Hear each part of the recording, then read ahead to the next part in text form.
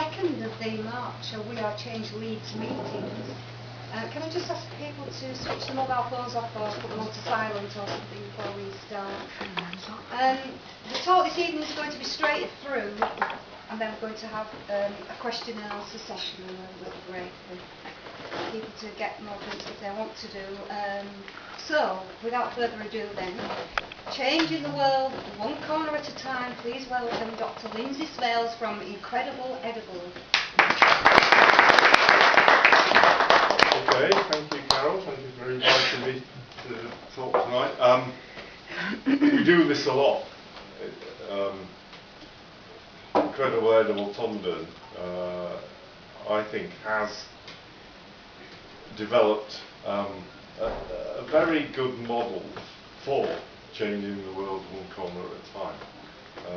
And the presentation I'm going to give to you today is one that I gave in Brussels in September, because such has been the impact of what we do that we get invited all over the world, really, to talk about what's happening in our small little mill town, ex-mill town really, in the middle of the Pennines.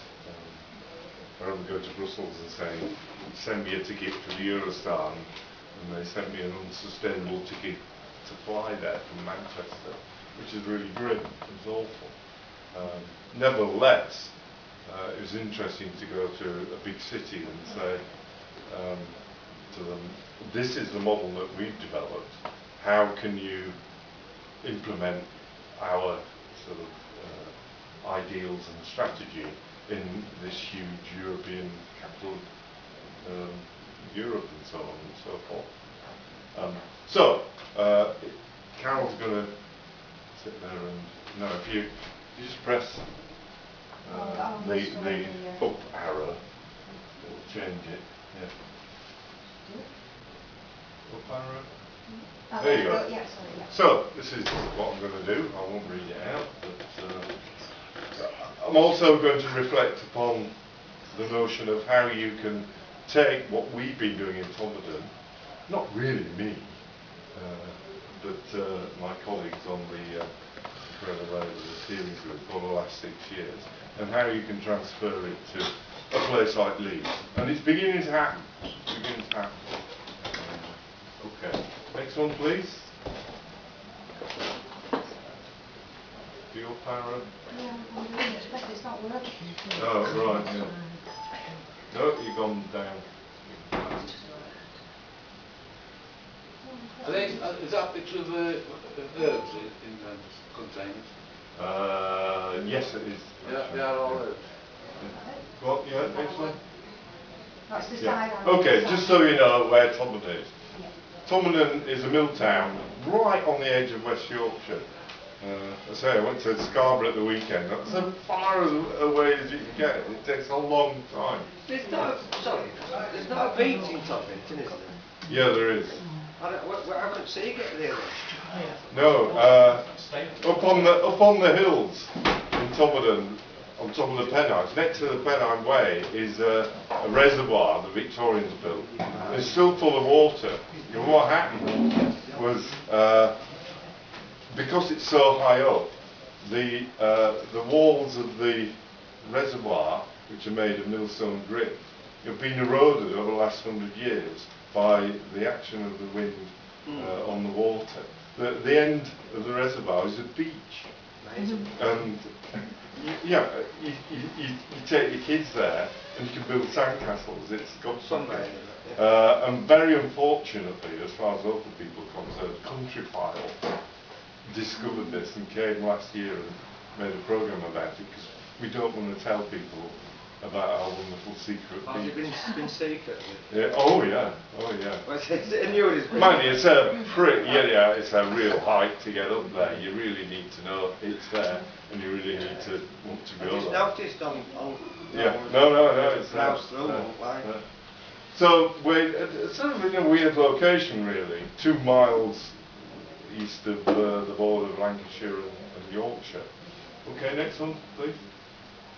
So there it is, an incredibly beautiful setting. I teach town planning and community development at Leeds University. And I take my students here every year, and they spend the day in Todmorden and talk to local people, and they go, "Ooh, it's quite nice here, isn't it?" But one of the things I teach is how to make good places, good sustainable places. And I say to them, "Don't you think I've lived in one?" So I live over here, and you know, I can walk out the door, and within 5 minutes with my dog, I can be up on the hills. It's an amazing place for walking. Yeah. Could be better. Could be better. If what needs to be improved to make it better? Sorry? What you say could be better for walking, is it private land or what makes it? What No, you can roam everywhere, right to roam and all of that. It's about putting the place on the map.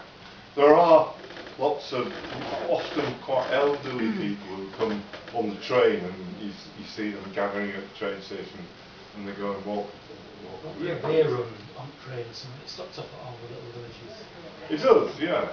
You ain't got a lot of traffic going through town then? The thing about Todmorden is there are 3 ways in, 3 ways out, and they're very narrow valleys. So you've got the valley that leads to Halifax, the valley that leads to Burnley, the valley that leads up there to Rochdale. So you've got a bit of and it's hard to get in and out. You would be crazy to try and, say, drive from Todmorden to Leeds to go to work. You don't do it. There's only about 6 of us who are daft enough to get on the train and come to Leeds every day. It's an hour round trip. It's quicker to go to Manchester. Yeah, it will be. 35 minutes. Okay. Okay, well, thank you. Can we take any more questions to the end? To the end now. It's all right. Don't mind. Yeah. It's okay. Oh no, you've missed one. I think. There we go. Yeah. So, effectively, Todmorden is a Victorian mill town. I would argue that we live in a Victorian country. The Victorians didn't just build Todmorden, they built Leeds, they put the roads, the railways, the canals, the building. When I take people around Leeds on guided tours, which I do every year, it's part of my job at the university, I ask them what is it about Leeds that really strikes you? And they say the Victorian Edwardian buildings. Right. Not the new development, not the big Bridgewater Place skyscraper. Yeah. They say the way that you integrated your Victorian Edwardian heritage back into the life and the economy of the city. And this is what Todmorden looked like a few years ago. Uniquely, in West Yorkshire, it was a town that was based not just on textile manufacturing and development, which was related to wool, but also cotton, because it was on the edge of Lancashire. And 100 years ago, the population of Todmorden was 20,000 people. Now it's only 12,000 people. wow. And it's what I always say about Todmorden is in the Victorian era, which you can see here, it was an economy in search of a built environment, and they had the money, local big mill owners, to create such an environment. Now it's a built environment in search of an economy. So there's a big debate to be had, which is ongoing, as to what Todmorden's for anymore. You could have a similar debate with what's Leeds for anymore. Okay, next please. So, 8 years ago, a group of local people, mostly women, apart from Nick here, were thinking about how they can really engage in the debate with regards to climate change, sustainability, thinking globally, acting locally, and so on. And Mary, the woman on the left here, had a rose garden at the bottom of one of the main roads in Todmorden, and she decided to sort of dig up the roses and start planting vegetables. And together with Pam, they came up with the notion that the vegetables that they grew in Mary's garden would be free for people walking by to pick. And we haven't looked back since. Okay. Okay, next one, please. So they also didn't just create a vegetable garden out of Mary's little plot, but began what is usually called guerrilla gardening. That's the notion of looking for leftover spaces, like this one here in front of an abandoned health centre, and planting vegetables. Not complicated, not difficult to do really, but quite bold. And so they identified a series of sites around town, usually ones owned by the local authority called the Hill Council, but not 100%, and began just planting vegetables. That's all they did. Okay, next one, please. They also noticed that on the railway station platform were a series of horrible concrete planters full of pansies or whatever, and said, well, why don't we just plant herbs? So it is the case that I can get off the railway station platform tonight when I go home, or any day of the week, and I can now pick oregano, basil doesn't quite work, pennines, oregano, mint, chives, sage, and what have you, just in these concrete planters. And they also noticed that there was a corner of the railway station car park that was abandoned and used, so they created a little vegetable garden, mostly with herbs, but broad beans, sprouts and carrots, in the corner of that. Okay, next one. They haven't been around spraying it with Roundup yet, then have the council? Doing what? They haven't gone around and sprayed it with Roundup yet, the council? No. I'll tell you about the council in a bit. So, that was literally the seed, if you like, pun intended, for rethinking how we use leftover spaces, including this one in front of the community college. That was just a bit of green space, what I call a bit of municipal planting. And Incredible Edible people took it over and planted these vegetables, okay, by the side of the road. But, yeah, next one. We also, about 4 years ago, had the new development, which was a big new health centre. There was a sort of a 1980s building, pretty horrible thing, next to the market in the town centre. Anyway, the local health trust got money from the government, and they built, it's almost like a mini hospital. It's pretty horrible, pretty ugly. But, there it is, yeah. But, like a lot of these initiatives, they had a lot of space and a lot of money to do some greening and some planting around the edge of their car park. And usually they plant what we call defensible plants, things with thorns on to stop people climbing over it and getting into the building and all of that. And we said to the doctors in the health centre, don't you think it'd be good if we grew strawberries or planted apple trees or a herb garden? And they said, well, yeah. So what better place to grow food than in the corner of the car park in the health centre? And there it is. I can never say it, but this is the apothecary garden. So these planters are also seating areas that the nurses and the doctors can sit out in. Because you put them on spot, didn't you? Oh, yeah. And yeah, like I say, a health centre growing herbs and plants to eat, and there you can see it. Okay, next one, please. The thing is, it was really interesting in the early days because we established these various growing site, whether it's in the edge of the car park at the railway station or next to the college. And we said to people, help yourself. People aren't used to that. This is free. This is free.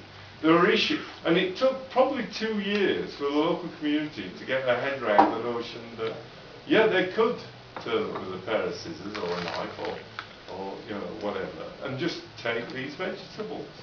There was an issue, particularly, we don't grow carrots anymore, because what happens is people see carrot sort of toppings growing out, and they pull them up, and they go, ooh, the carrot's only that big, and then they put them back in,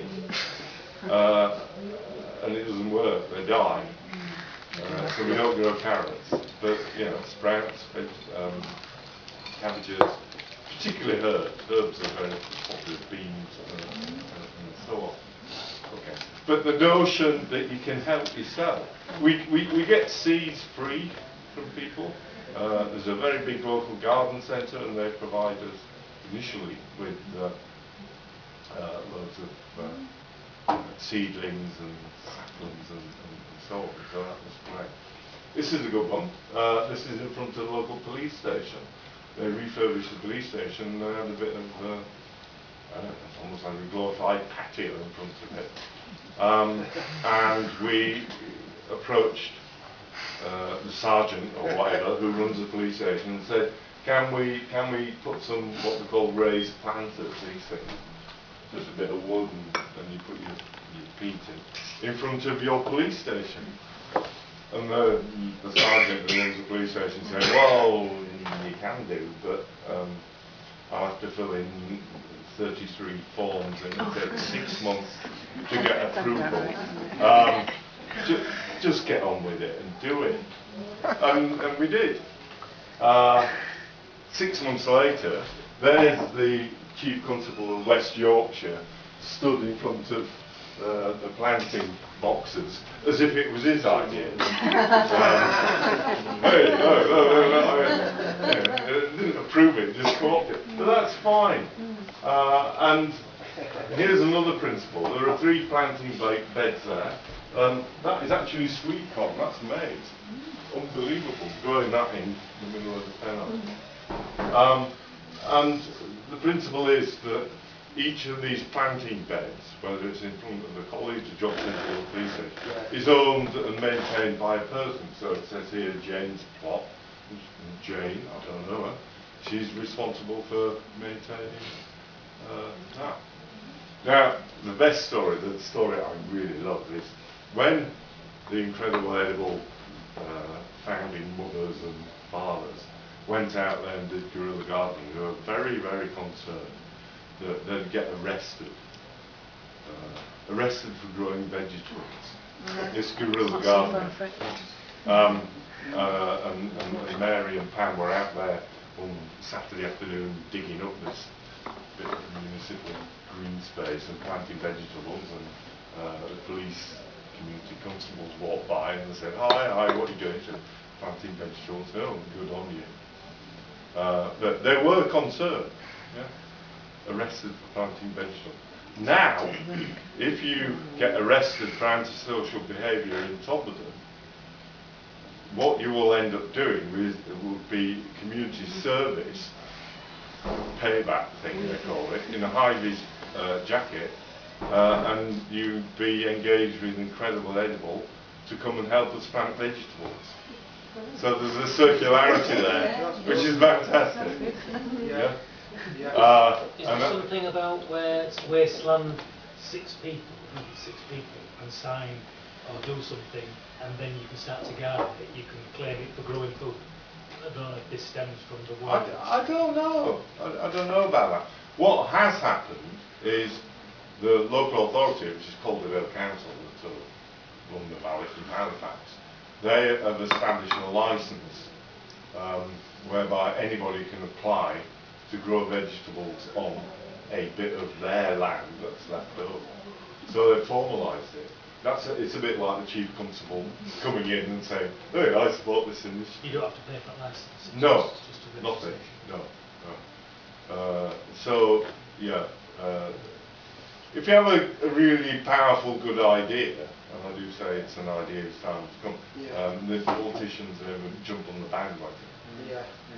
We keep them at arm's distance. We're careful. We're not, They want to try and distract if they can. No, they want to engage with it. Claim credit. Claim credit for it. So Not claim credit for it. Engage with it. No, we wouldn't let them claim credit for it. No way. It's ours. It's our local community initiative, and we're very canny. I mean, fact is that Pam Warhurst, who was one of the founding mothers, she used to be leader of Calderwood Council, a Labour politician. So, I've been engaged in politics all my life. We're savvy. We know how to deal with these people. I know you turn it all on, Glenn, but I'll keep it very brief. Can I just ask you one question? I feel it's rather important, this.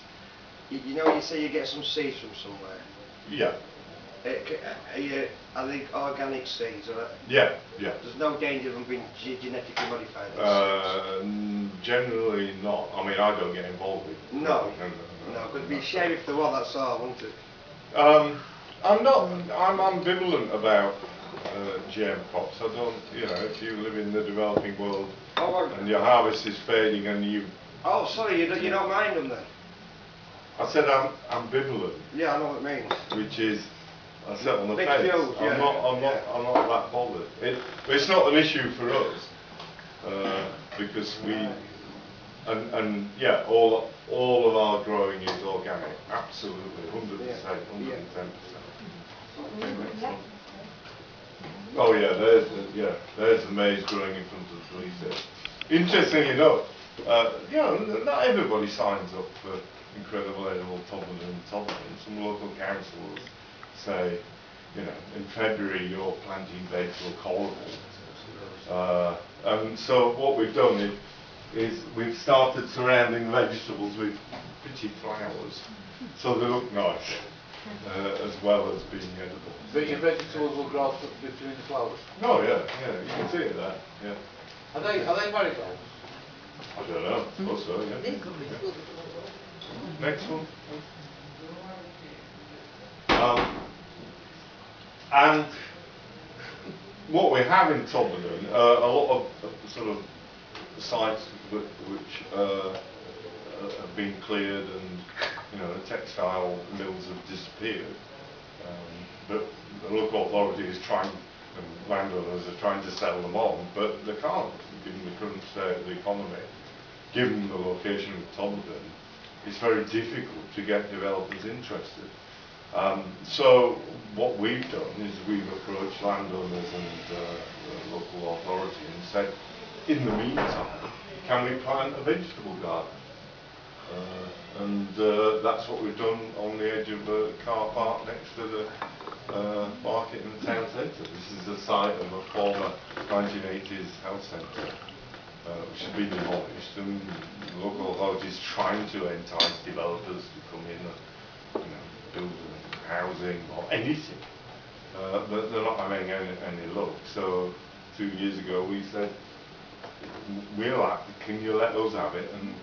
And here you have, next one please, what we call Pollination Street is called. And the thing is, it's not as if we're trying to feed the whole of Todmorden. You can't, that's silly. How can you feed a town of 12,000 people from growing You can teach them how to feed themselves, okay? Well, precisely.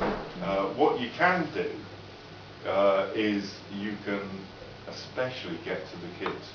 So there are 5 primary schools in Todmorden plus a high school, and all of the primary schools, like this one, have bought into our idea. So here you see a former tennis court in the local primary school, and we built these raised beds, and this is what happens. This is an Asian family who, like me now, don't have a garden, but really wanted to grow vegetables, and lo and behold, so they have.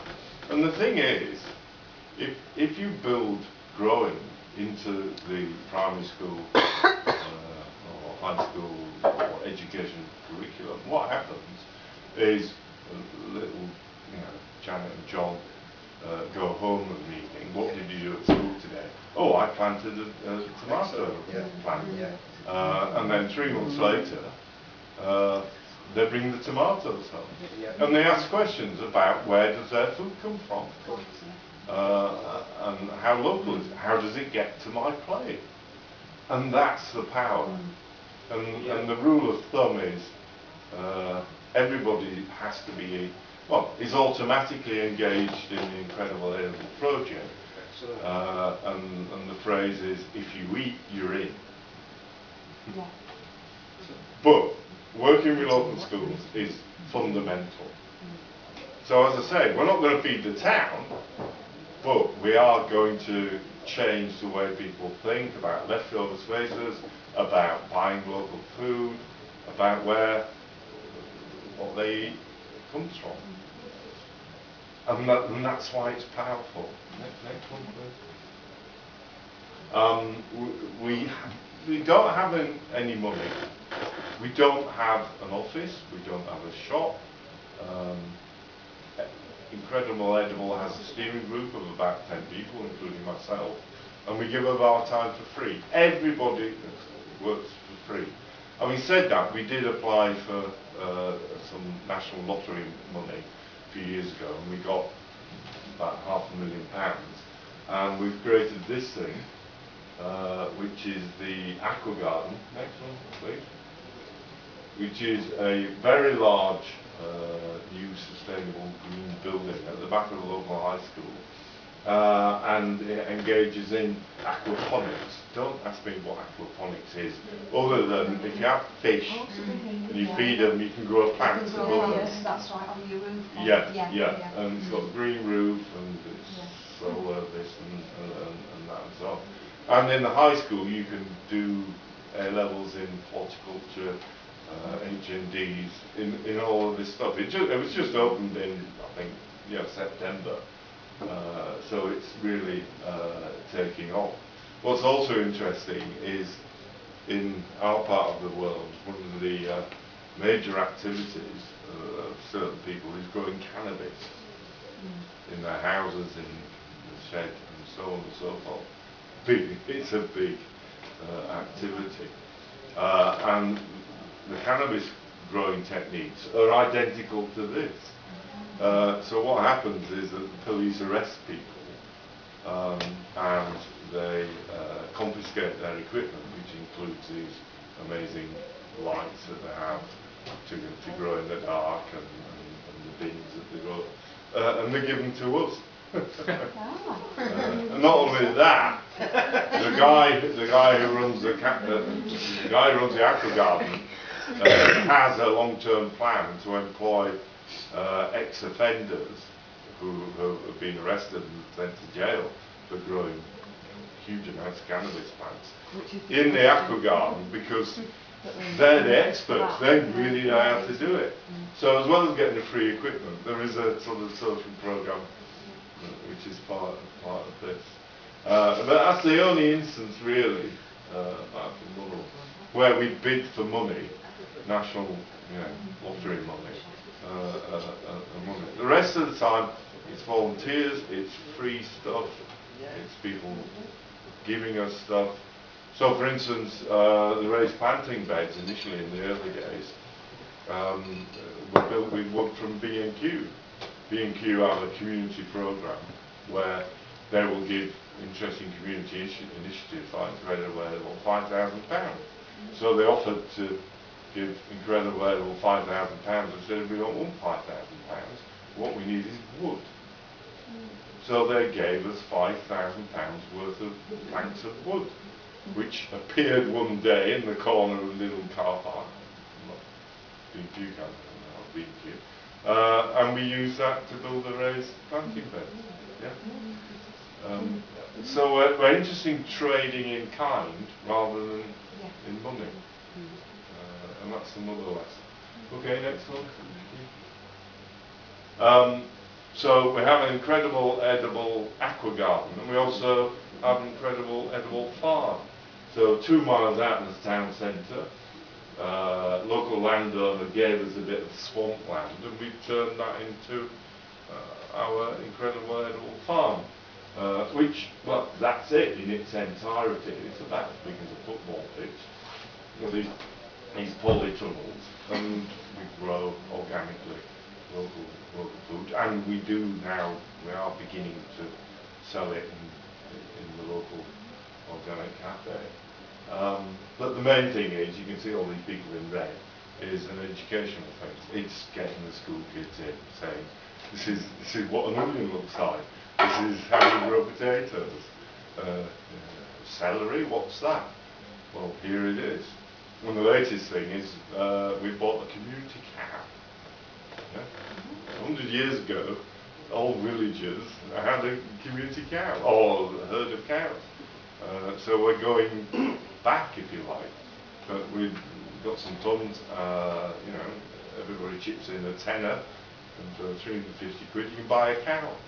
And the cow isn't ever going to be eaten. Well, it'll die at some point. I don't know how long. 25 years, I think. Are they? Right, yeah, fair enough. The school kids get to milk the cow. And this is the cow. This is what it's about. Okay, next one, thank you. Last year, 1,000 people came to Todmorden. This is a town of 12,000 people in the middle of nowhere. Middle of the Pennines. 1,000 people. We have guided tours, we take them on the growing routes, here you can see. About 40% of them come from outside the UK. And people say, local people are very cynical, we're able to take over the town, blah blah blah. These people come into Todmorden and having spent a bit of time having a presentation like this and then walking around town, they go spend money. And 40% of them, foreigners, they often stop overnight, 1 or 2 nights. And it's a serious boost to the local economy. Okay, and there you can see some of them. Yeah. Okay, next one. He turns up and all. He's a big supporter. He turns up in his own private trade. He came to Todmorden in October 2010. But it's helpful. Kirsty Fee's got out to do it, I'll tell you that. It's helpful. Next one, please. Wow. Hugh Whittingstall has filmed 2 of his programmes in Todmorden. This is September last year. That's my daughter, her new best friend. And he I think he made some soup out of incredible edible free vegetables and made a rhubarb punch. It's helpful. There are now 300 incredible edible communities across the world, from Brazil to Australia. There are 42 incredible edible towns and villages in France. The French really get it. I don't know why. It's spreading good, isn't it? And it all started in Todmorden. Yeah, 6 years ago. And the thing is, we don't franchise. The only copyright we have is on the Incredible Edible logo, called the sprout. So you can't start making jam, for instance, and say this is Incredible Edible Jam in Spain, because that is our copyright. But we're not in competition with anybody. We're interested in saving the world a corner at a time. And people are very polite, communities are very polite, they're asked to join the Incredible Edible community, if you like. So one of the best things that we ever did, and this is really, really important, is we've got a fantastic website. I'll give you the website. So the Incredible Edible Todmorden website, but in the last year we've also set up an Incredible Edible network. So that all these communities who have signed up for this can talk to each other, can blog, can swap ideas and expertise and talk about the skills and how to do this thing, how to set one up and how to maintain it. In your own town, well, very good. No. Sorry? So I could go back to my own town and Yeah. think about putting this forward, Yeah. working in with the council, occupying waste space. Yeah, yeah. Well, you don't have to work with the council, you get on and do it. Just do it. Just get on and do Yeah. it. Yeah. The mantra is, it's easier to ask for forgiveness than it is Permission. to ask for permission. Yeah? If you start asking for permission to do stuff, You're going to the be. immediate answer is no. Yeah. And here's another reason why. If you, and you're only growing vegetables, what are you going to do? If you start growing vegetables and somebody says you can't do that, and you go, we've done it. Sorry. So, That's the one.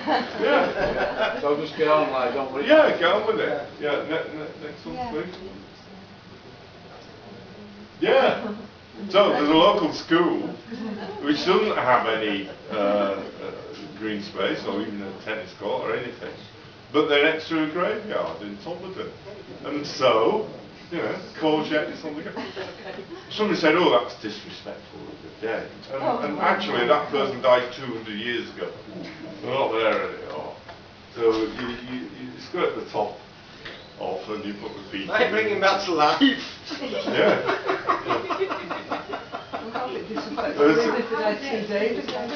Yeah. Okay, next please. Permission from the relatives of the deceased. And believe it or not, the word is spreading in Leeds. A year ago, I worked with colleagues at both Leeds Met University and Leeds University, and we established a thing called the Leeds Edible University Campus. Imagine, you know, Leeds Met University, particularly the other university, the amount of leftover space on the corner buildings that we have. Yeah. Huge amount, huge amount. Yeah. We've got, you know, students who we teach about sustainability and the core principles. But if you don't put it into practice in your own backyard, you might as well go home. What about sides of supermarkets? There's loads of Anywhere, anywhere. What's also interesting is, once you've got this mentality of you can grow stuff anywhere, it sort of drives you crazy. Because I'll walk around anywhere, doesn't matter, and I'll go, there. Anyway, so we launched the Leeds Edible Campus last July. Leeds Met University Estates Department would only let us do a temporary garden. So we got some recycled sort of cardboard cones and we planted this stuff and it was there for 3 weeks in July. And now all of this stuff is outside a cafe somewhere in Woodhouse Lane. Okay? But, you know, the idea is that you can't transform an entire city of 750,000 people overnight with this initiative. But everybody lives somewhere. Everybody lives in a neighbourhood, you know, and identifies that. And whether it's Kirksall, whether it's Skipton, or whether it's Beeston, you can do it in your locality. Any chance of getting it on mainstream TV, this? Oh, it has been. If you look on the website, you will find every week we get a TV crew coming to Tottenham. Every week, I'm not kidding. I got on the train today and I saw my colleagues from Incredible Edible talking to another TV crew. It's big time. This City Hall. Yes. When was that? Is that was just temporary, or was it? That was temporary. That was a bit of 4 planting beds that they have at school. So it was more for just the presentation. It hadn't been there for. No, they dug it. At least they did it. Feed Leeds. At least they did it. But they dug it up, and I walk past it every day, and there's flowers in there now.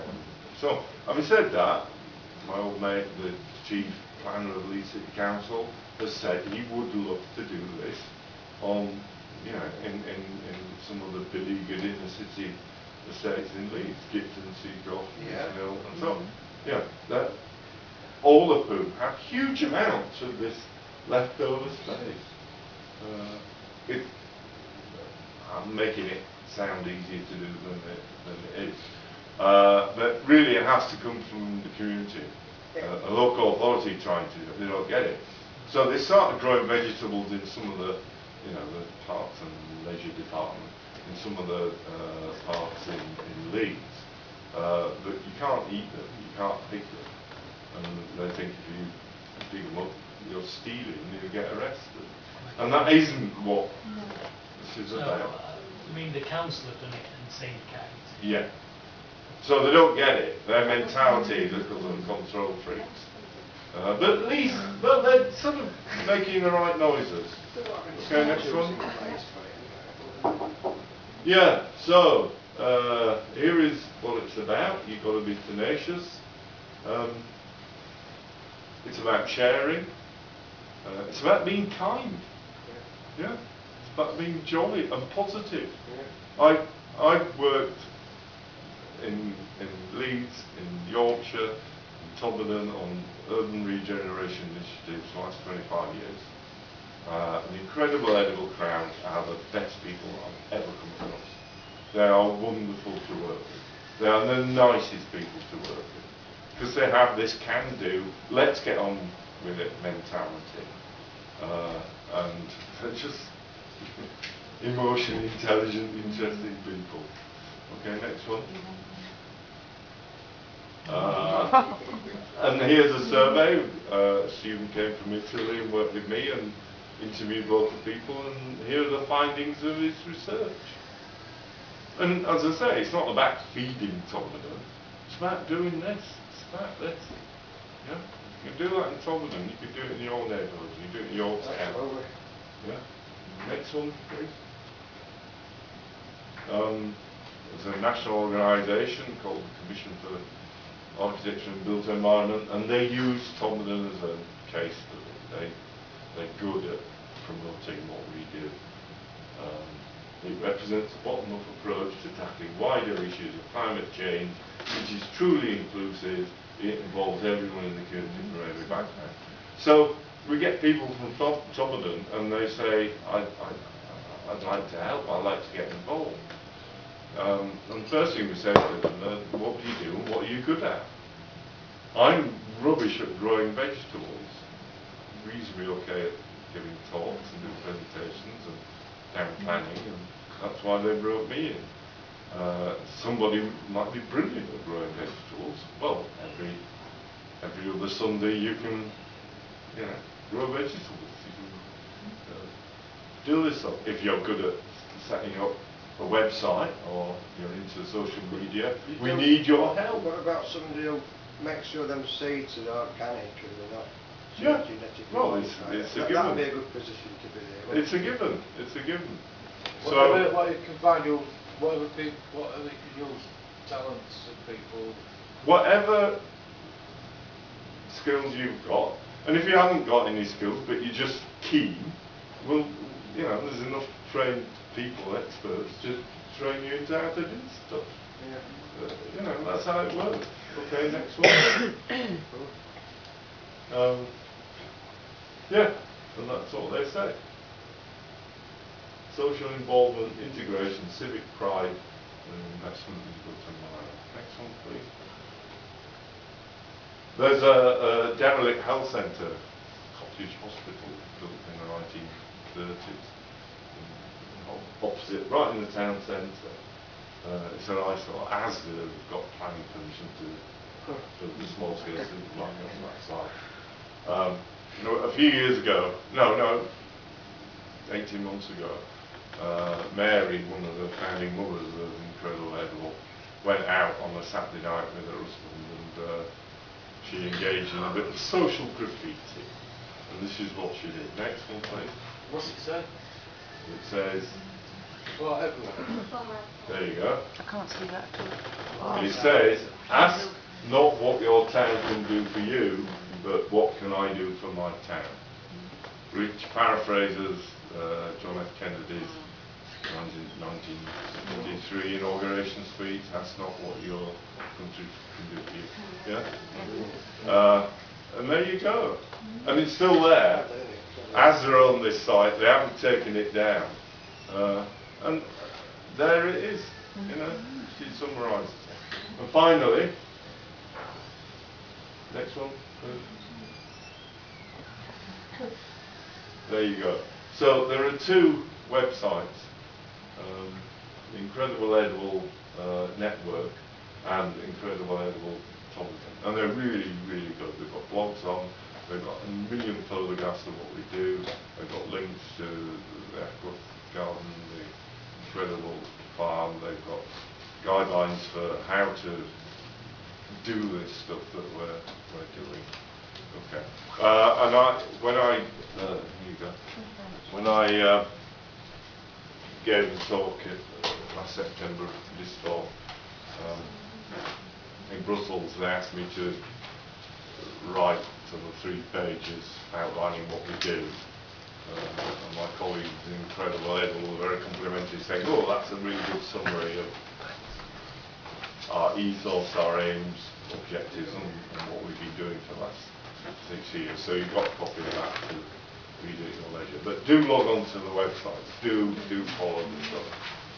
And think about doing it in your neighbourhood, in your backyard, literally in your backyard. Okay. Thank you very much. Questions, please.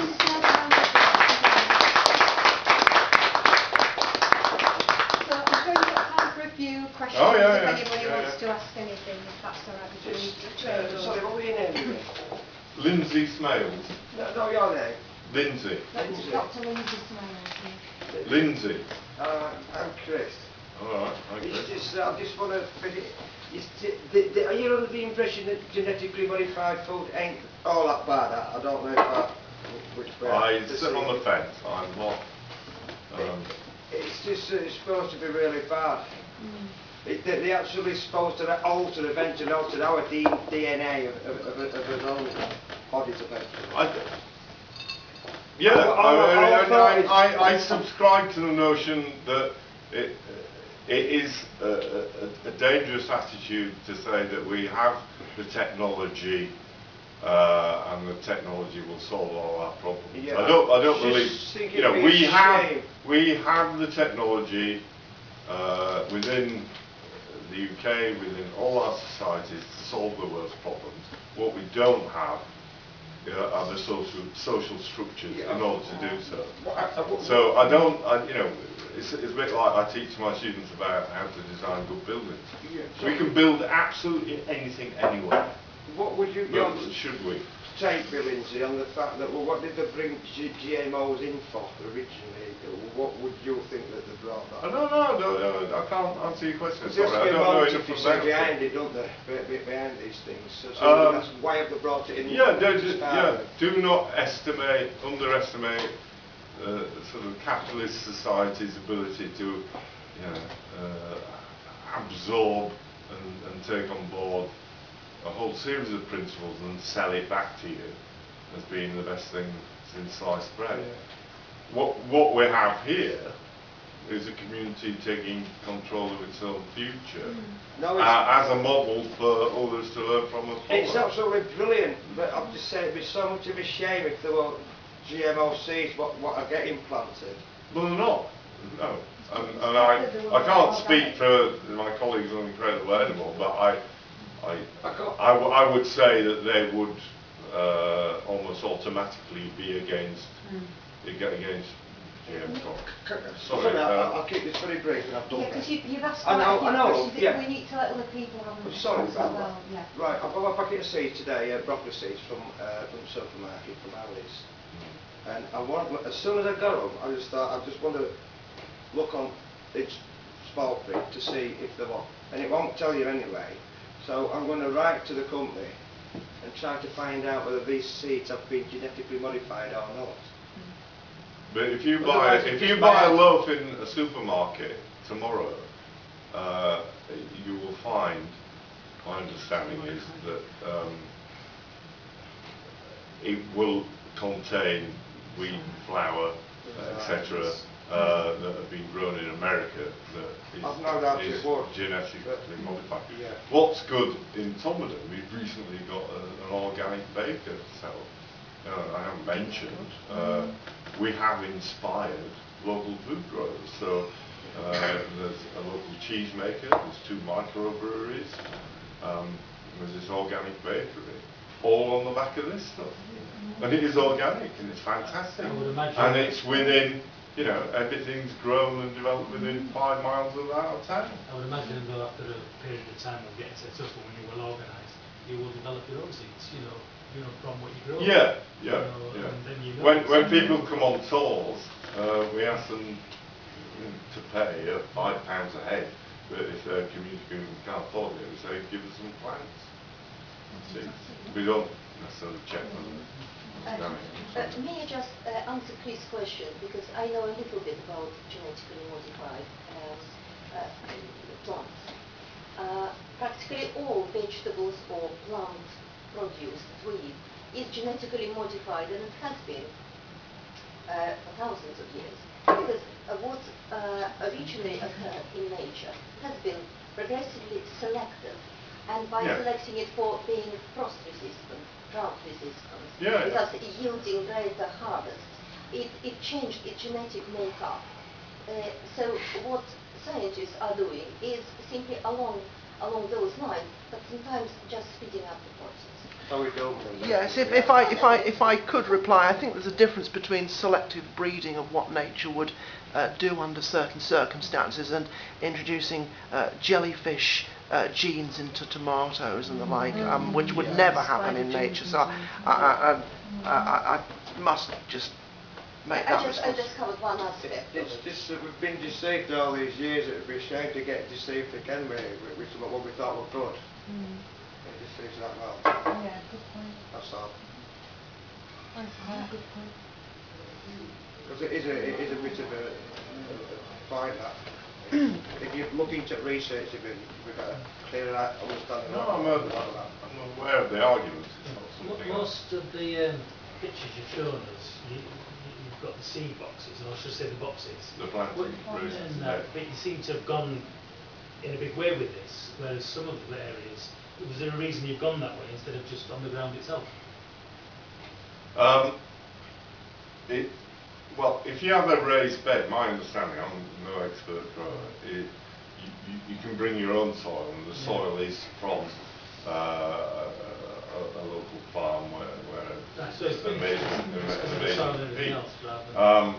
But what that means is you don't need to have a piece of grass like in front of the police station, which is a bit hard landscaping. So you can, and it's also disabled friendly. Exactly, yeah. So it's all raised up to that point, and you don't have to bend over. Yeah.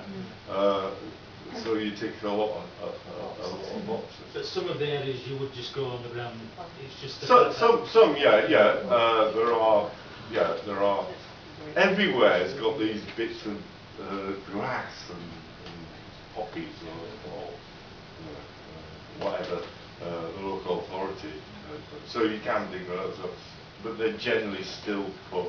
There's a reason why Todmorden and Midland Pennines traditionally grown sheep, because the soil's not that good. But the peat from the top of the hills, up the north, is good. So we're not, as I say, I went to Scarborough at the weekend, and you went through on the train through the arable farmland of East Yorkshire, and the soil's amazing. You can see that stuff. We don't have that. So it's a bit of a sort of pretend thing, if you like, that we can grow stuff. But the powerful idea is that using leftover space and educating kids. Walking along the station platform or the edge of the community college or police station and seeing things growing that you can eat and you can have for free. That's a very powerful message. Schools, primary schools, just jumped at this. Oh, they are, yeah. And we're working, I've got one of my students doing some research into the national curriculum. How can you build this stuff into what my kids are taught and what they learn every day? And you are pushing an open door, but still hard. It's still hard. But you get the parents to also engage as well, don't you? The children engage. The rule of thumb Parents is will, yeah. get the kids talking about it. You know, come and see my little raised bed in the corner of the school playground down or I mean, I used to work for Groundwork. I'm Oh, yeah. sure you've heard of Groundwork. I was an education officer. I used to go all around schools, bulb planting and helping them to grow their own food, which they then used to cook and have at meal times. Yeah. And a lot of the grandparents got involved with digging out. Yeah. I mean, they would have just had us we there all the do time. we do have people who do cooking, and the idea is ultimately with the apple garden at the back of the high school is, you know, can you imagine being the first high school in the country where all the school dinners, all the food that they eat at lunchtime is grown by them. Yeah. Wow, a long way off, but it's a big start.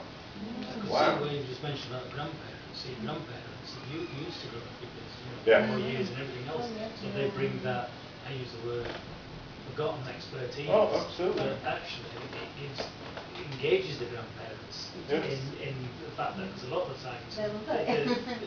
there isn't a link, with grandparents, I use the word grandparents, old people, young people, they're oldies, but when you get them together and the next minute they start talking, it breaks down barriers and you get, I didn't know this, and especially when you're talking about... Well, it's that thing, you know, that phrase, if you eat, you're in.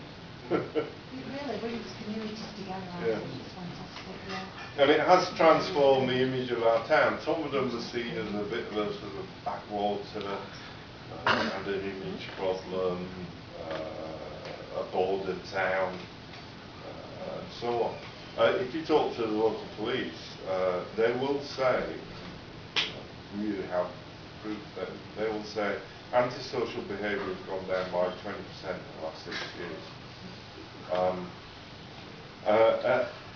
I was taking some of our students around Todmorden last week. There's no graffiti.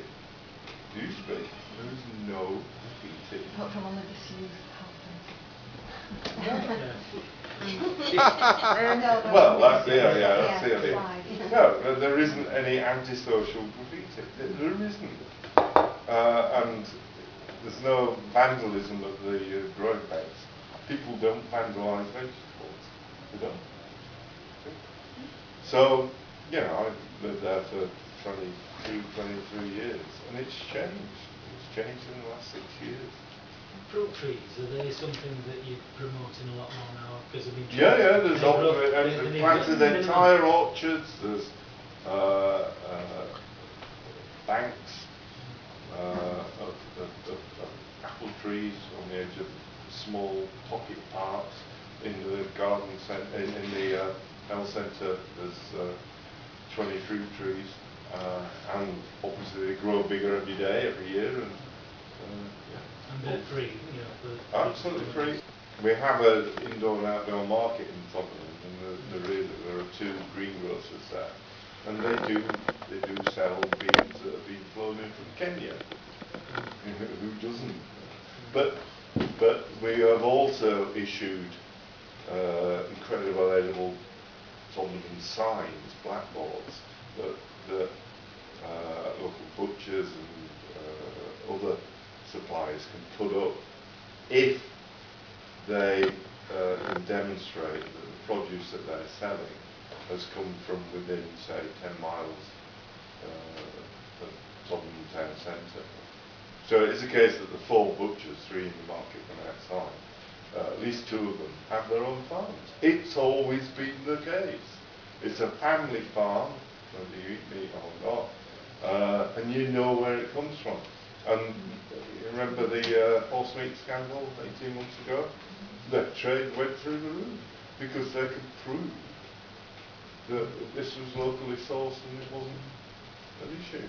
From the point of view of raising money, to counteract, let's say, somebody's trade is going to suffer. If there's a fruit and veg man, it suffers if somebody can go get it for free and don't want to buy his. No, there's not enough of it. There's not that much. I was just going to say, No, not in competition, not at all. And in actual fact, they like it because 1,000 people came to Todmorden last year to see what we do, and they spend money.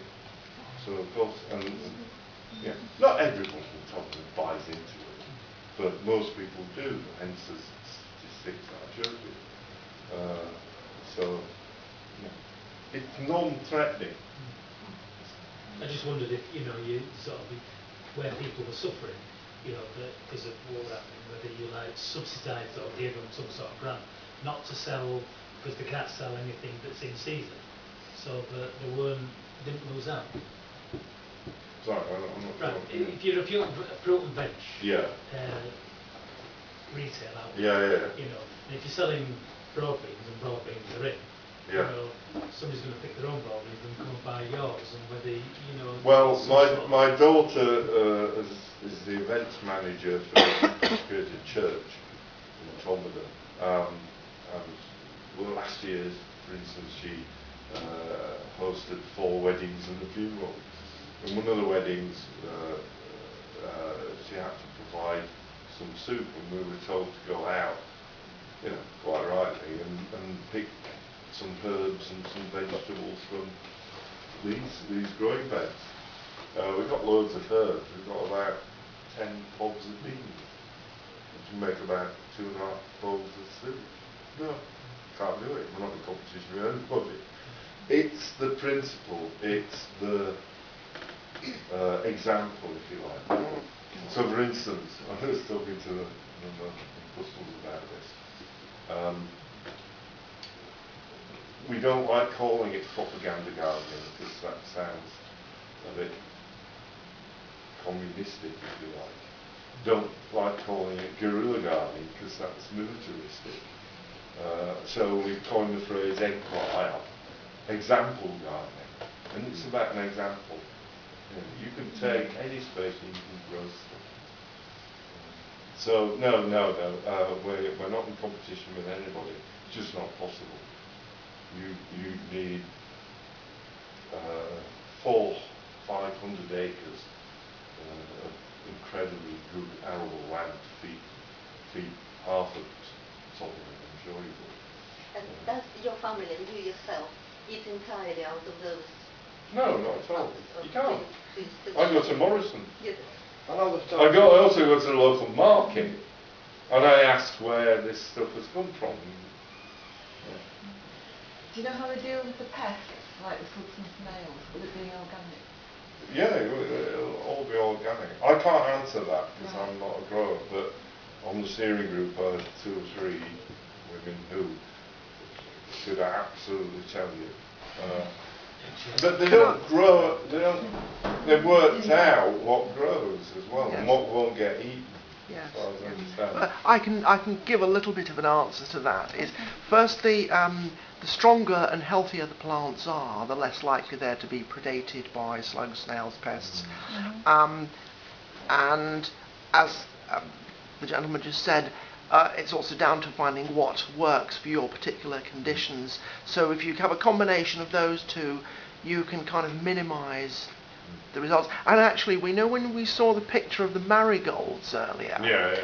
Well, actually, I couldn't tell just from the photograph, but actually marigolds are one type of plant that you can, it's called companion planting. And marigolds put off certain pests that like to go for other plants. So and they also know what they're doing. Yeah. So it's if you go there now, if you look around Todmorden, end of March, these growing beds, a bit of a mess. Go there in June, July, August, they look like that. It's unbelievably, it's extraordinary. So they have worked out, our local experts, what to do, what to grow, literally. So it's like permaculture gardening where it looks after itself. Oh yeah, permaculture is a big thing. But I don't understand it, I'm sorry, it's not what I bring to the table. Well, I know, it just means that it's what's planted in the right situation where it'll take care of itself. Oh yeah. Without any tending. Do you store surplus anywhere? Do you harvest? Don't have any surplus. No, it's just no. If there is surplus, they turn it into jam. or pickle it. So they do that. I love that. So nothing really gets wasted, it all gets No. used, Yeah, That's Not being rude, really. That's all right. Okay, good. Thank you for coming. Thank you very much. Bye. I've got to go in 10 minutes. Yeah, so we'd better wind it up Yeah. there because you've got to pack up and catch your train. Yeah. So, well, thanks again anyway. Thank you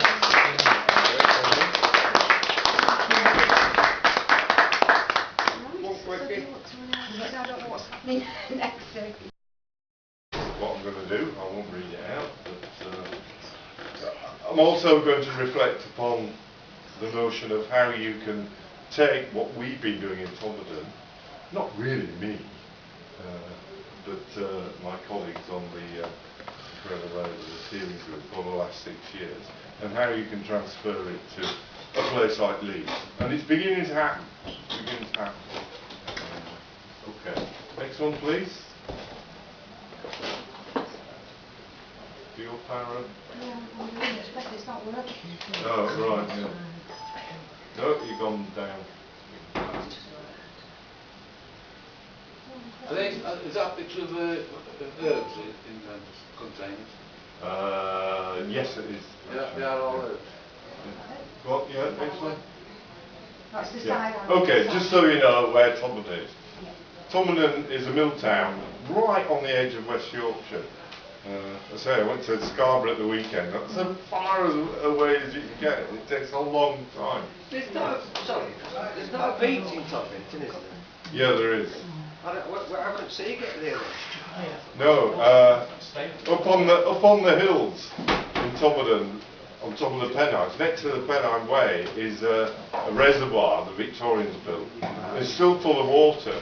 And what happened was, because it's so high up, the walls of the reservoir, which are made of millstone grit, have been eroded over the last 100 years by the action of the wind on the water. The end of the reservoir is a beach. And you take your kids there and you can build sandcastles. It's got something. And very unfortunately, as far as local people are concerned, Countryfile discovered this and came last year and made a programme about it because we don't want to tell people about our wonderful secret beach. Has it been secret? Yeah. Oh yeah, oh yeah. I knew it was. Mind you, it's a pretty. 2nd of the March, We Are Change Leeds meetings. Can I just ask people to switch the mobile phones off or put them onto silent or something before we start? The talk this evening is going to be straight through, and then we're going to have a question and answer session and a little break for people to get more things if they want to do.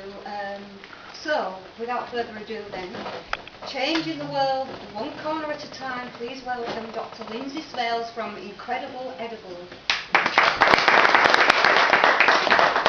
Okay, thank you, Carol. Thank you for inviting me to talk tonight. We do this a lot.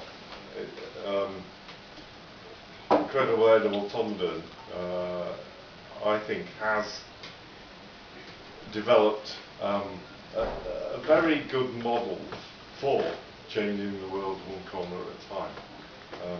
And the presentation I'm going to give to you today is one that I gave in Brussels in September. Because such has been the impact of what we do that we get invited all over the world really to talk about what's happening in our small little mill town, ex-mill town really, in the middle of the Pennines. I remember going to Brussels and saying, send me a ticket for the Eurostar, and they sent me an unsustainable ticket to fly there from Manchester, which is really grim. It was awful. Nevertheless, it was interesting to go to a big city and say to them, this is the model that we've developed. How can you implement our sort of ideals and strategy in this huge European capital of Europe and so on and so forth. Carol's going to sit there and, no, if you just press the up arrow, it'll change it. Yeah. Up arrow. There you go. Yeah, sorry, yeah. So this is it's an hour round trip. It's quicker to go to Manchester. Yeah, it will be. 35 minutes. Okay. Okay, right, thank you. Can we take any more questions to the end? To the end now. It's all right. Don't mind. Don't mind. Don't mind. Yeah. It's okay. Oh no, you missed one. I think. There we go. Yeah. So effectively, Todmorden is a Victorian mill town. I would argue that we live in a Victorian country. The Victorians didn't just build Todmorden, they built Leeds, they put the roads, the railways, the canals, the building. When I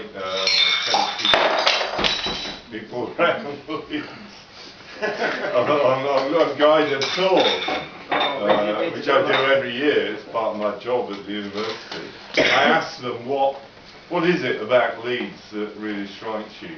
And they say the Victorian Edwardian buildings. Right. Not the new development, not the big Bridgewater Place skyscrapers. Yeah. They say the way that you integrated your Victorian Edwardian heritage back into the life and the economy of the city. And this is what Todmorden looked like a few years ago.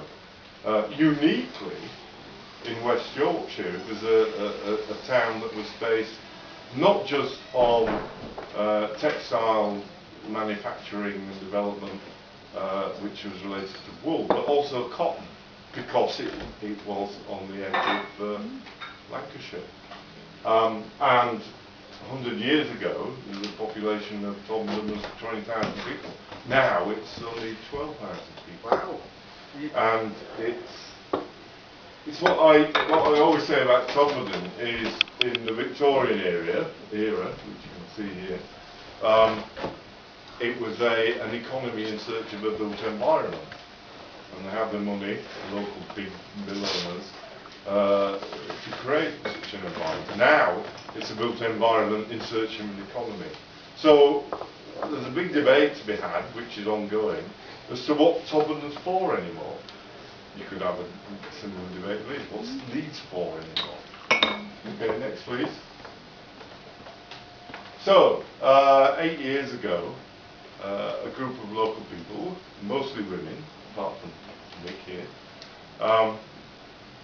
were thinking about how they can really engage in the debate